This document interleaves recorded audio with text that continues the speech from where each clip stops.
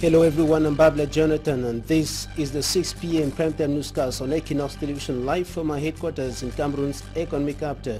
Dwelling in our top stories, threats from unidentified individuals continue looming over the Social Democratic Front SD political party national elective convention that happens tomorrow in the northwest regional capital, Bamenda. In the meantime, party officials maintain that they are not afraid of the threats from unidentified individuals and that the convention will go on as planned. Last-minute preparations are going on at the headquarters of the Social Democratic Front in Bamenda. And also in this newscast, we'll take you to Government School Gwananji in the far north region of the Republic of Cameroon, and we're going to show you the deplorable conditions in which students are learning in that part of the country. Those were top stories.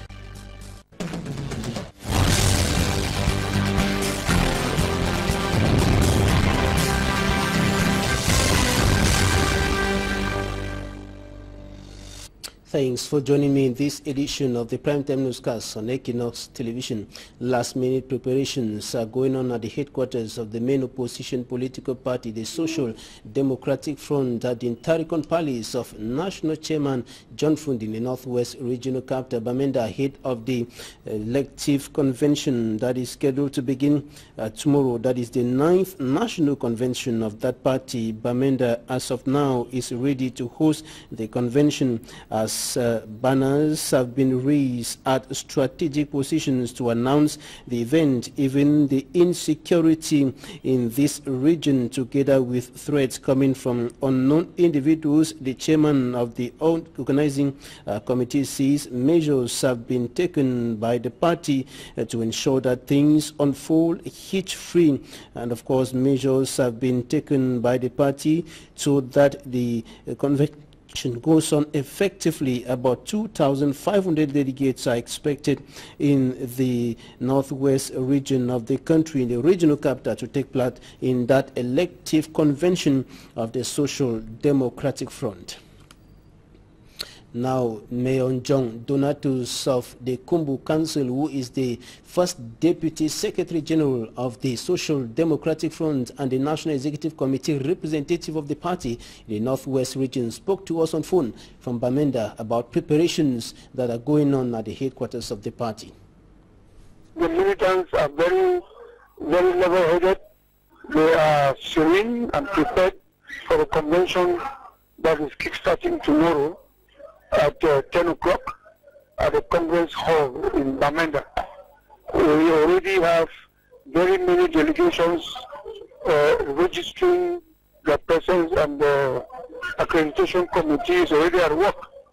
We are going to have a minimum of 2,450 delegates nationally, excluding observers that may be accredited into the convention.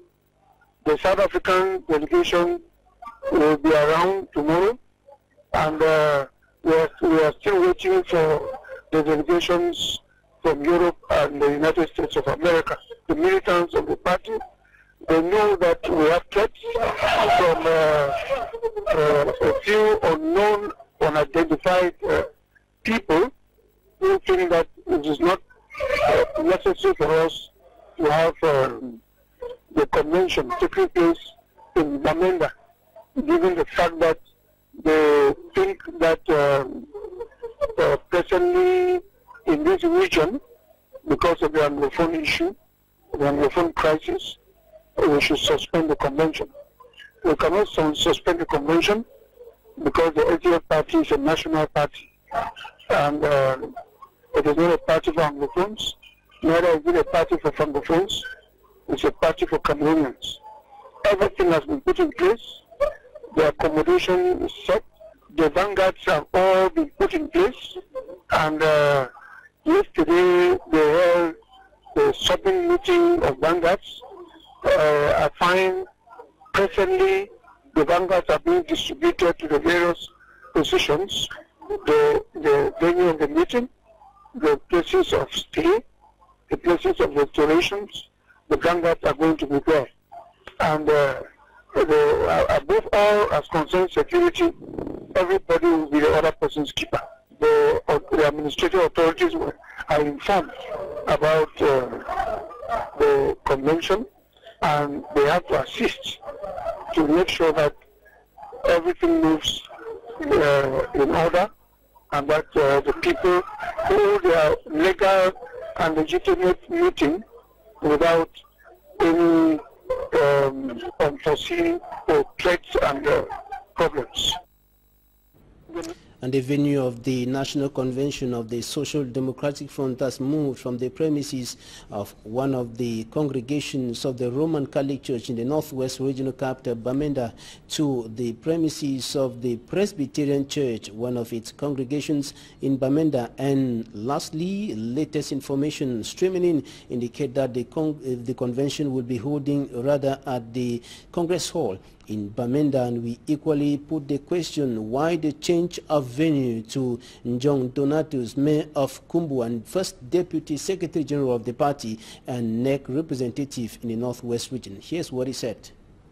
We wanted to hold a meeting at the Cathedral Hall, but we discovered that we may not be able to have 2,000 and more delegates in that hall. So we decided to go to the Presbyterian Hall, which is double, and but it happened that the people threatened the authorities of the Presbyterian Church, and they succumbed to the threats, and they feared to hold a meeting there.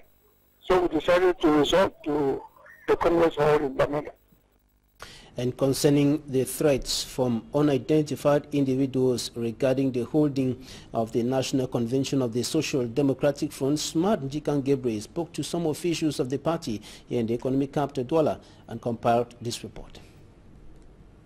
Uncertainty looms in the air days to the holding of the Social Democratic Front convention in Bamenda. This comes hours after messages from some unidentified persons have been circulating in the social media promising hell should the convention hold. But the threat seems to have no place in the hearts of some two members of the Social Democratic Front party in Douala. According to Celestin Jamen, le SDF est un parti républicain. SDF is a Republican party, which implies, firstly, they continue to count on the state's institution, even though they have been treated poorly by the government in place. And secondly, they won't be left to be taken hostage by a certain group of desperate people. For job to fill Mayor of Douala 3,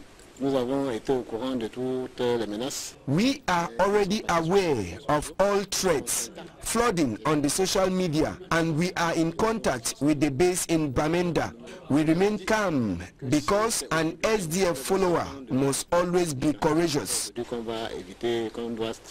The venue for the upcoming convention is not yet known, but the threat on the gathering puts a lot of doubt. The two SDF partisans are now counting on the support from the forces of law and order to assure the protection of everyone coming to Bamenda for the meeting.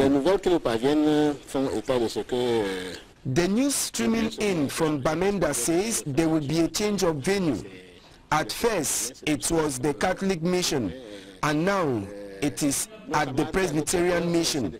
Some members who are afraid have called on the delocalization from Bamenda to either Mbuda or Yawinde, or even a change of date, but with the head of state being the sole person to decide on the date of the election, we risk being taken aback. Le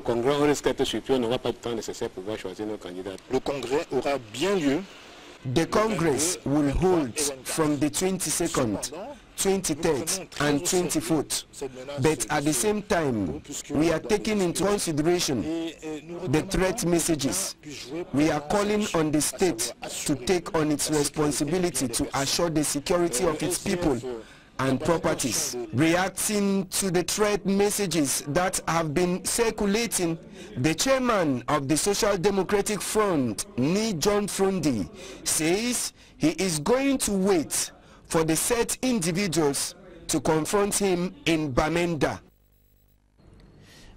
Coming up next, we take you to the far north region of the country, to government school EQUINOXE in that part of the country, where students are studying in precarious conditions, and the students and teachers of that school are calling on government and elite of the area to save them from the nightmare they go through to transfer and of course to acquire knowledge. Smart Jikan Gabriel once more has the details. Tugoi, far north region of Cameroon, EQUINOXE journalists arrives at the government secondary school, EQUINOXE, situated in the Marwa 3 subdivision. Students who come for the teaching and learning process do that under hard conditions, as they do so in an open air.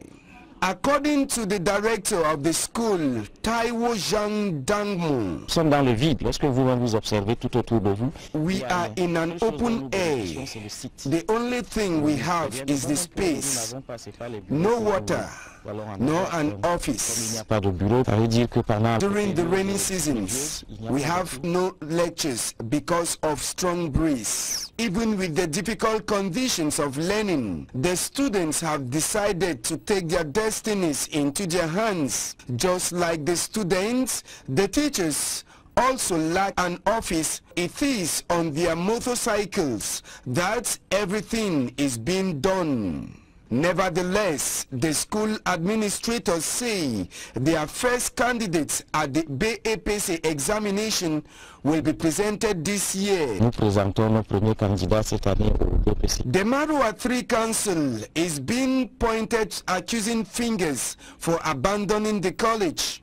Amadou, councillor of the ANDP at the Marwa 3 Council, says il n'y a pas de bancs, les salles de classe. No benches, no funds from the council. Even contact with the population is difficult. Nous on sait que tout conseiller est là pour le bien de la population. When we arrived at the mayor's office, he wasn't on seat, but the ANDP councillor says Le maire de Marwa ne peut pas se présenter dans une liste. if he puts his candidature for the upcoming elections, he will be disgracing the CPDM party. C'est que les gens ne vont pas voter sa liste. The government secondary school EQUINOXE was created in 2004. Until date, no classrooms for the future leaders of Cameroon. Mackerel fish has become a scarce commodity on markets in the Republic of Cameroon. And in the report coming up next, Catherine Coney takes a look at the situation at the Douala Central Market. For several months now, the scarcity of mackerel fish in the markets is alarming. Refrigerators, which were full to brim with the product, are now near empty except for alternatives. Mackerel, being the most preferred fish, unfortunately is less available than the others. Many who come to purchase return in disappointment. The scarcity is more serious in Littoral's regional capital, Douala, where it is depriving several persons of the important source of vitamin. As you can see, I'm just here to buy fish. They are telling me 2 fish there is 1,200. So as we are just consumers, we have no choice than to buy in the current amount. Some consumers will line up to buy the fish at the Douala Central Market were frustrated discovering that the amount of money they used in buying 1 kilogram before is now little and insufficient.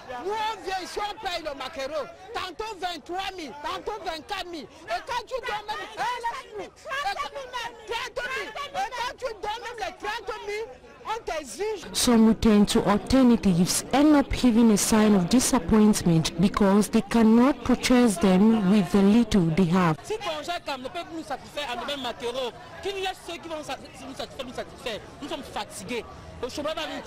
Others complain of spending several hours on a queue before getting to the point of being served with the little mackerel fish available.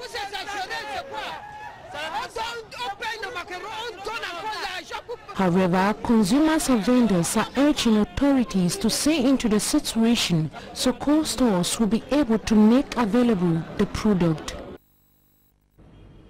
Now we go over to the locality of Mbanga in the Mongo division here in the littoral region of the country, where road accidents and urban disorder perpetrated notably by bike riders is fast becoming a major problem in that locality, and local authorities are now stepping up efforts to curb disorder in the commercial motorbike sector and also to limit the number of accidents recorded nearly on daily basis. We have details with EQUINOXE.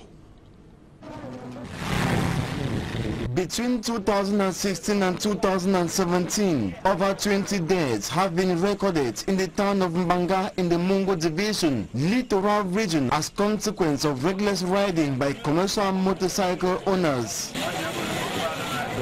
Incivility in the motorbike sector is said to be rising at an alarming rate, according to Takamgum, an initiator of a project to curb the phenomenon. Plusieurs cas d'accidents qui se produisaient dans la ville de Mbanga étaient une mauvaise manipulation des conducteurs de mototaxi. A move welcomed by elites and mayor of Mbanga municipality. This was followed by organization of a free session to sensitize and educate bike riders on various road codes. Out of the over 200 commercial motorcycle riders in Mbanga, only 55 underwent the formation and benefited free of charge driving license and green identification jacket each. Cette opération va nous servir déjà à savoir qui est bicycleur et qui n'est pas bicycleur. To one of the beneficiaries, the training will enable regulate the sector and help identify who is a clandestine rider. Same view captured by the mayor of Mbanga Council, Lambe Mbappe. Ces charges vont donc nous permettre d'identifier formellement. Though Wickham Armstrong, divisional officer from Mbanga, seized the opportunity to woo more aspiring bike riders and those unidentified to benefit from the training, unlike their peers. It is a question to encourage them to invite most of the bike riders to know that this is a call to responsibility. These riders must make sure that they work in all respect, protect the persons and property that they are obliged or called upon to convey to the various destinations. A call which unidentified riders are expected to adhere to for their own advantage.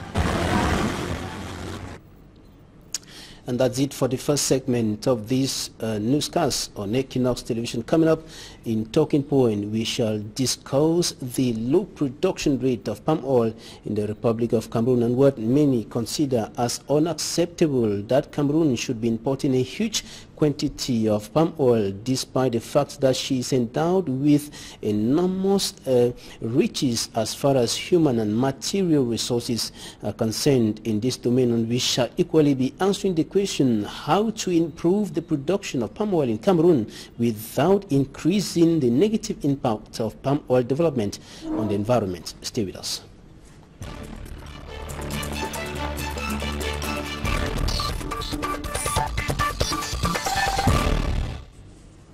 Thanks for joining us in Talking Point. Our guest is Jurel Harrison, Policy Coordinator at the Worldwide Fund for Nature, WWF. You're welcome to the program. Thank you very much, sir.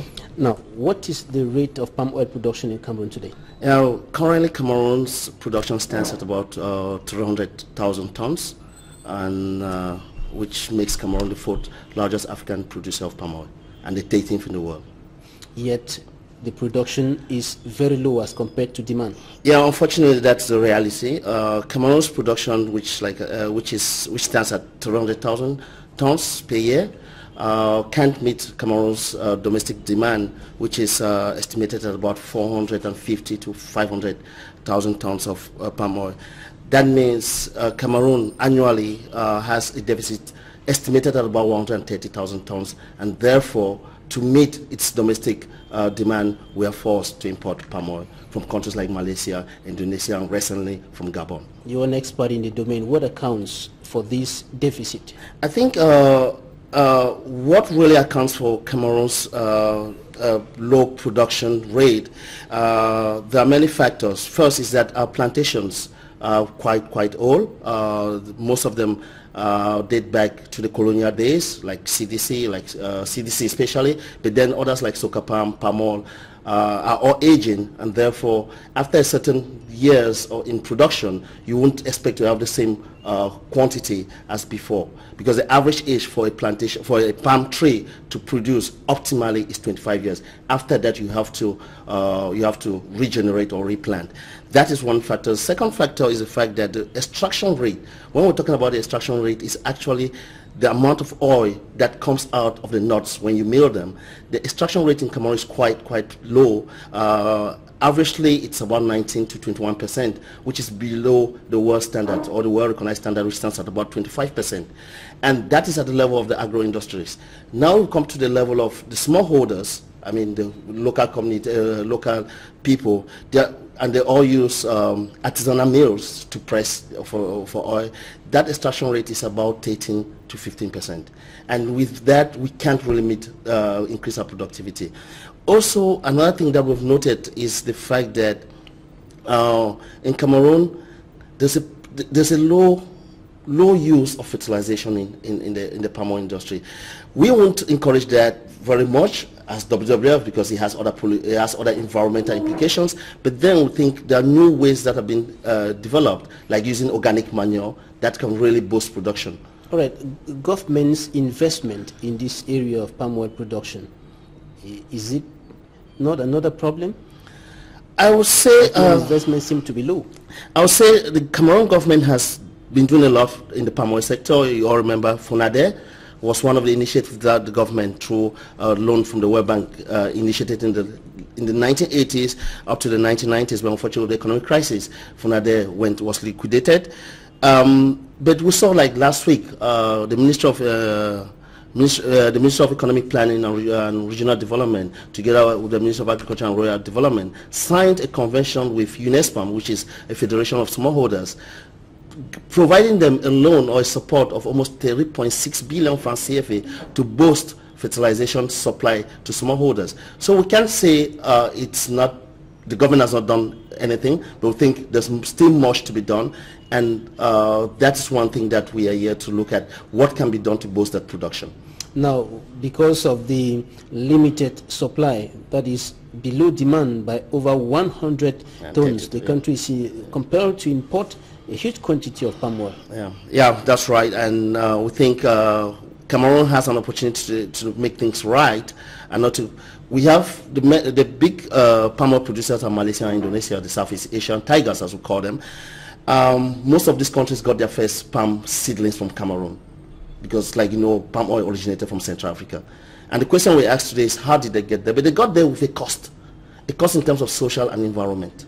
And that, for us to do, think Cameroon can get it right, learning from the lesson from Malaysia and Indonesia, to see how we marry increasing productivity but conserving Cameroon's biodiversity, which is quite rich. And there comes the multi-million-dollar question, I want to put it that way, how to improve palm oil production without increasing or further aggravating the negative impact of palm oil development on the environment. And that's what WWF is working on. Yeah, that's you're right. That is at the core of our business in the palm oil industry.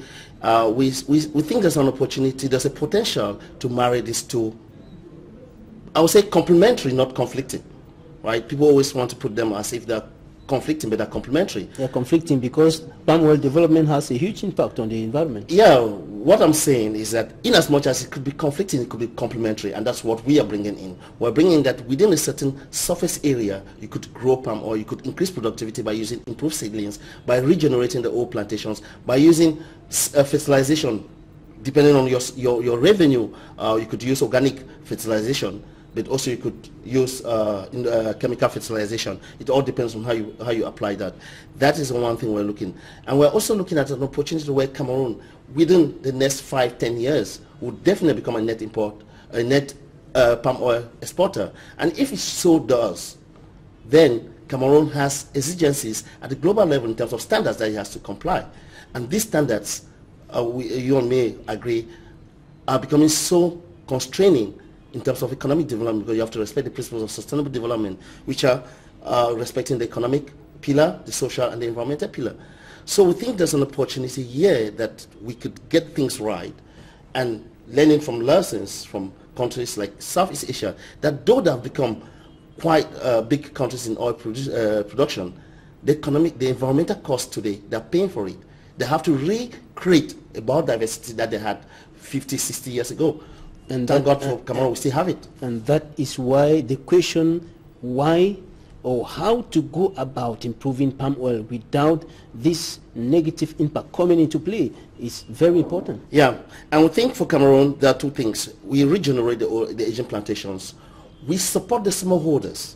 And I think I beg you to dwell a bit on the smallholders, because when we look at Cameroon, 70% of the Cameroon population still live in the rural areas.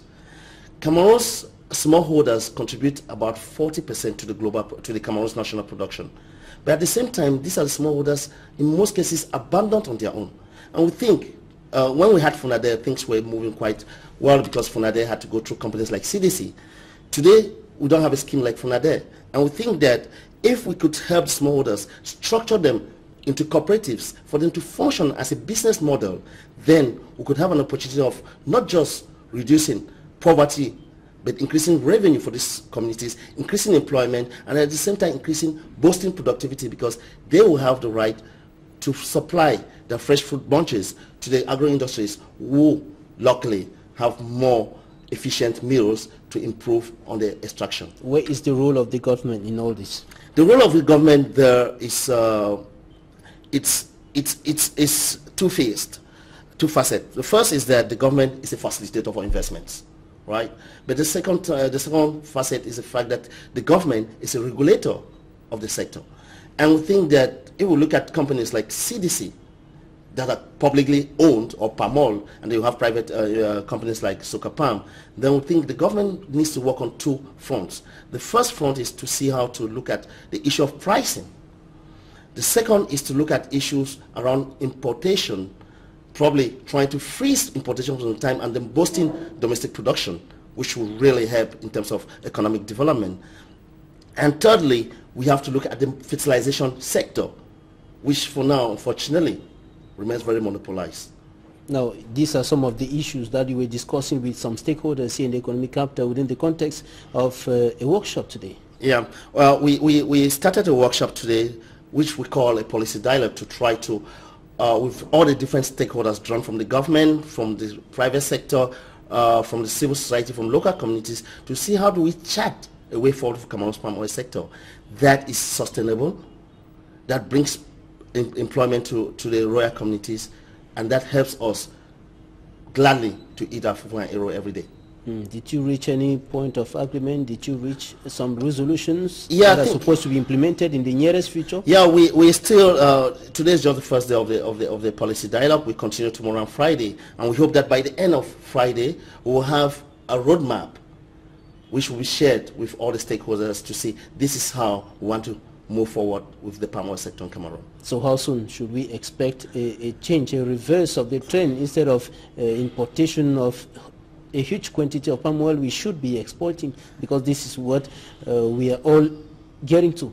Yeah, I will say one thing there is that the Cameroon government in the last 4 years has been in the process of elaborating a national palm oil strategy.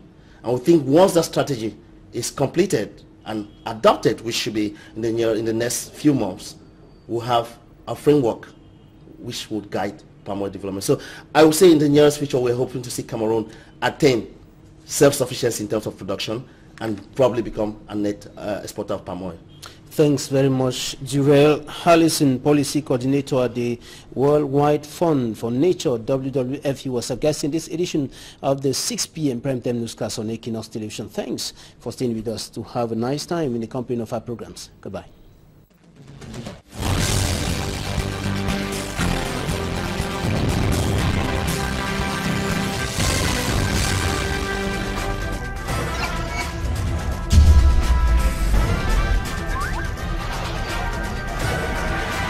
Equinox Télévision, au-delà de l'image, nous rendons compte.